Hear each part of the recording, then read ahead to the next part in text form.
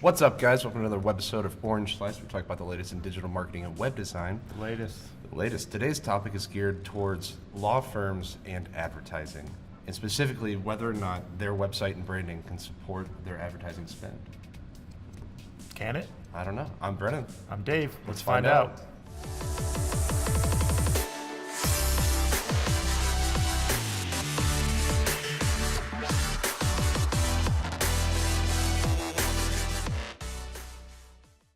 So there's a lot of firms out there that spend thousands and thousands of dollars every month on paid advertising, and there's a lot of different avenues they can do that, and we'll get into those specifics pretty soon here.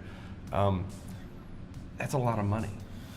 It is a lot of money, and none of these platforms for lawyers are cheap. You have Adwords, you have FindLaw, you have Thomson Reuters, you have super lawyers, which you have to be nominated for, of course. It really goes down. It really comes down to, like, let's say I'm in a FindLaw platform and I see your profile picture, I see a link to the site, I'm in AdWords, or I have a campaign run through one of these other channels, and I click this link and I come back to the site, right? Now, those clicks are going to be expensive, but does your brand or wherever you're sending them to in that total experience justify and hold up to that amount that you're spending? So we talked a little bit earlier today, off camera, when we were talking about does it make sense if you're spending $20K a month to send them back to like a $5K site, right? And generally it doesn't, because you're going to have this nice profile that's all built out. It's going to have reviews. It's going to have these badges, that authenticate, how good you are to a specific practice. It's going to have a lot of different elements, and then you're going to send them back to a landing page and a series of pages after that aren't really up to par. One of the things that I always recommend that attorneys do is take a look at your competitor sites, and it's not to steal things. Don't go in there and say, oh, well, that's a good idea, let me rip that. But to get a feel for how other people advertise. If there's someone that's a local competitor or a national competitor to you, take a look and see what their efforts are. Take a look and see how their brand feels, how the look and feel of the site. What feelings does it evoke when you go to that site? Do I feel like, oh, these people are really approachable, I'd like to talk to them, or are they super aggressive? Like, they want to get it done. They're going to get it done fast. They're going to get it done right. There's definitely a spectrum to that too, because on one side you got the law firms that just want the slip and fall, car accident, easy, quick cases. Sure. And then you have the power lawyers doing big class actions. Right.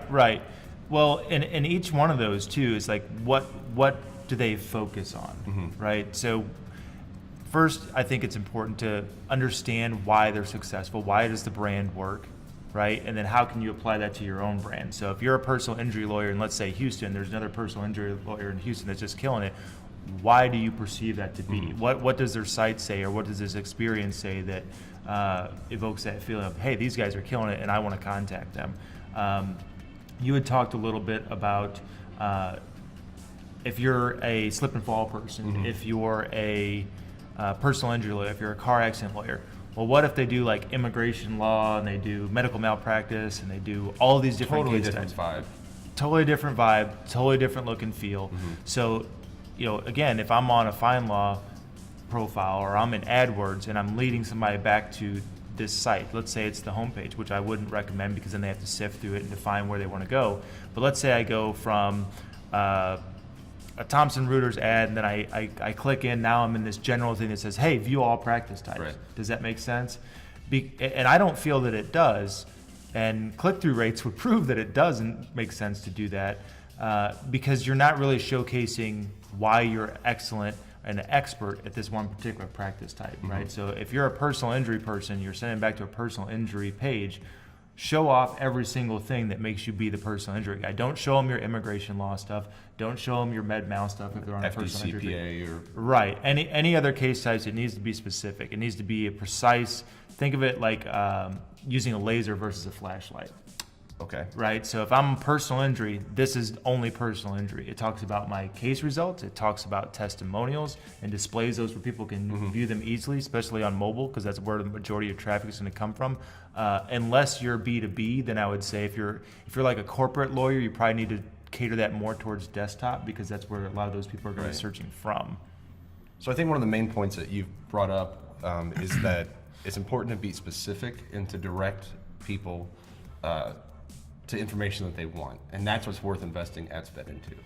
Well, I think what I'm trying to say is that, if you're spending a lot of money, particularly a lot of money, you need to make sure that you're capitalizing on every click or visit or however you get charged, right? You want to make sure that if I clicked on a ad for a personal injury lawyer, that once they get to that page, I am clearly identified as an expert on personal injury cases. You're the personal injury I am the personal injury lawyer, not another one. And there's so many of them out there doing high-level ads that, it's rare when you come across one that's a really slick experience. It's like, oh, I find this person, they're here, they're here, they're here. They're on FindLaw, they're on Super Lawyers, they're in all these different places. And that experience is consistent. That experience clearly details why they're the expert. Right? It showcases all their awards, showcases all their testimonials, showcases the prominence of the firm. I think, when you get into higher level advertising, chances are you're already a big firm, or you're on your way there, right? You're not just a single attorney firm. You have multiple people under one umbrella. And that prominence needs to be shown, right? People like winners. They want to see that you have good case results, that you have good settlements. They also want to see what is so special about your firm.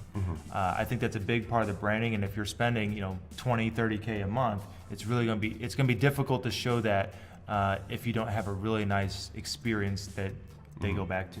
Absolutely. And it's definitely not any lawyer's dream to want to continue to spend 30K a month in ads. No, I mean, ideally what you want to have is a balance between organic and AdWords.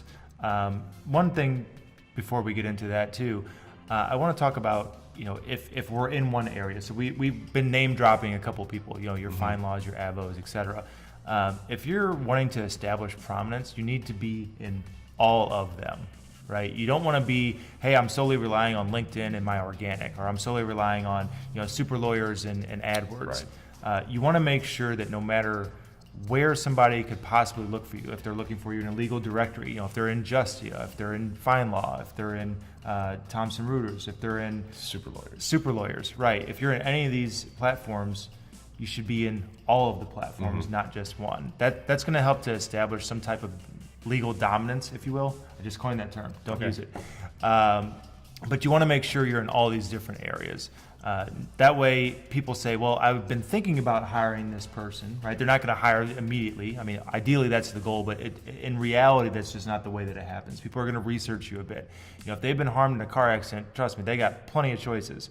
But they're going to research a little bit. They're going to take a look and see who's the best fit. And if you're in every single place that they look, you're well reviewed in every single place that they look, you're well represented, like visually, nice staff profile pictures, nice attorney pictures, everything's high def, everything's clear, it's elegantly written to where it's not, hey, I'm a personal injury lawyer and I do this, and this. It's like, let's talk about who I am and what I represent, and showcase that genuineness of who you are.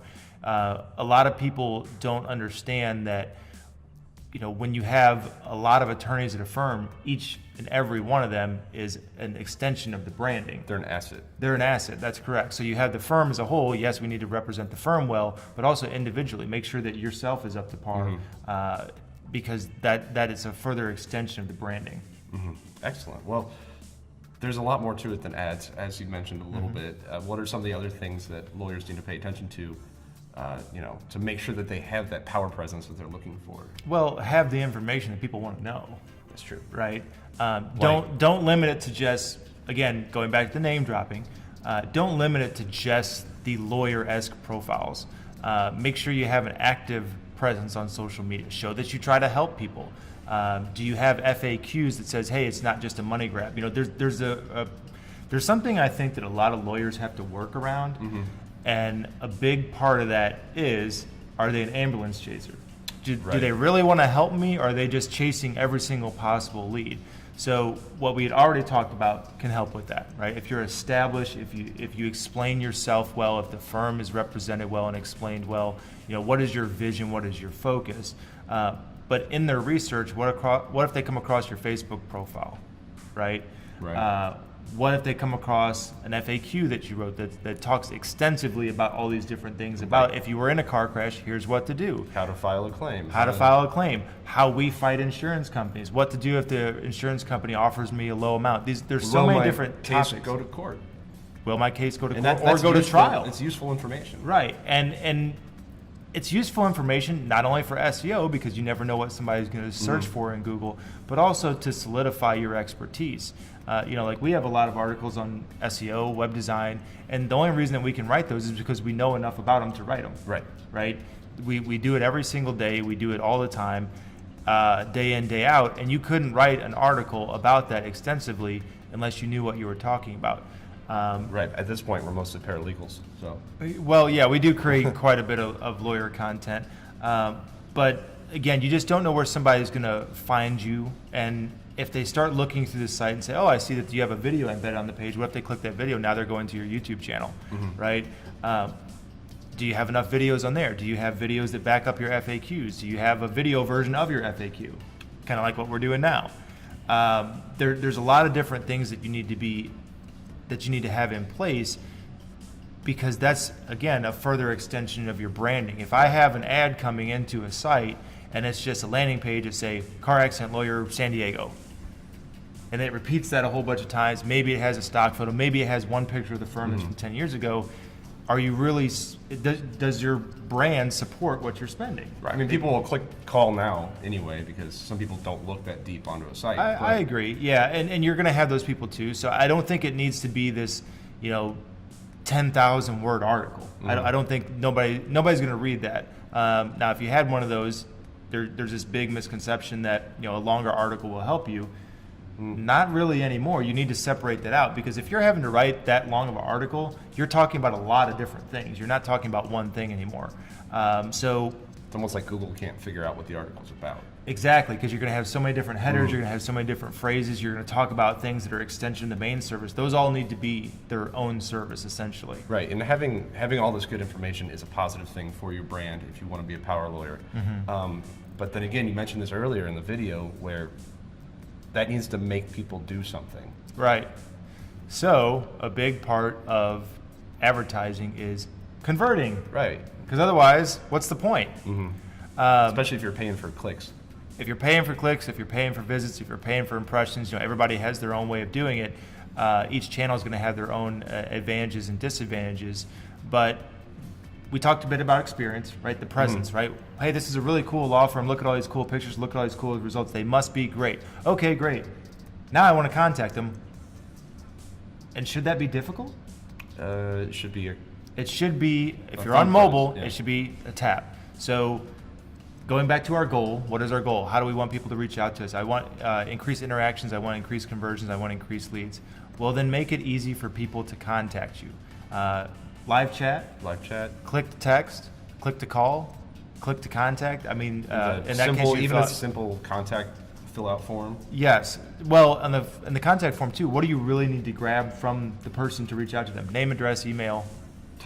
Or maybe not address. Well, a personal injury may be addressed, because if you're going to them. But I would say like name, phone number, email, and then brief description of how we can help. Something like that would be really effective. But make that process easy. Don't hide the contact form if you have one on that page at the bottom of the page. Make it a click to where it instantly opens up. Make sure that if I'm sending someone for, let's say, $90 a click to this landing page or this page within my site, make sure that you're keeping your whole focus on what you want them to do. So if you're trying to get more people to interact via live chat, because people don't spend a lot of time on sites, make sure that's dominant to where you can see it and it works. Don't use some cheap service to where it's ugly, it doesn't match the rest of your site. Make sure the branding's consistent, and ultimately make sure that they can find it and they can use it without any issue. Right, and so, so we talked about let's have conversion ready pages, because if you're throwing all this money at the wall, some stuff will stick, of course. It's more likely to stick if that whole experience and the perception of your firm is strong front to back. Right, there are other things that lawyers should know about to try and encourage people to think, oh, these guys know what they're doing. Well, there's always referrals. Referrals are good. That brings me to another point. what is the process for getting someone to take action after you've helped them, right? So if you publish a bunch of stuff on Facebook trying to get referrals, it's probably not going to work. You might get someone that says, hey, I used them for this and that was great. But one of the things that I like to promote is, first of all, have them review you, right? Have them put the word out. Have there be a good general perception of your firm that's visible, that you can actually find. And review you as in like Google reviews, sending a testimonial? I would say Google reviews, because that's not platform limited, would be the most important. You could use it everywhere. You can use it everywhere. You can also have those Google reviews placed on your site and marked up to where the stars show up along with your search results. You want to make sure that you give some type of reward, not like, hey, we'll give you a $5 Amazon card, but is there an incentive for someone to refer you? And if the person is referred to you, is there also some type of incentive for them? Makes sense. Makes sense. Makes sense. We will definitely be covering getting reviews and what to do with them in a later video. But for now, I think we have a pretty basic understanding of ad spend on lawyer sites and kind of understanding that, again, throwing money at the wall Sure. isn't always the best move. And we also put another video out last week that was about 3 things you need to keep in mind for AdWords specifically. Today we've talked about a lot of different platforms, not specifically AdWords, but if you want to know a couple of ways that you can pretty quickly and effectively maximize the effectiveness of your AdWords campaigns, we have another video in our channel for that, so go ahead and check that out. We'll link it up down in the description. Also, if you find our information helpful, we'd appreciate if you subscribe to the channel and or share it. Yeah, absolutely. Well, guys, this was Orange Slice. I'm Brennan. I'm Dave. And we'll get you next time with some more lawyer topics. Till the next time. See ya.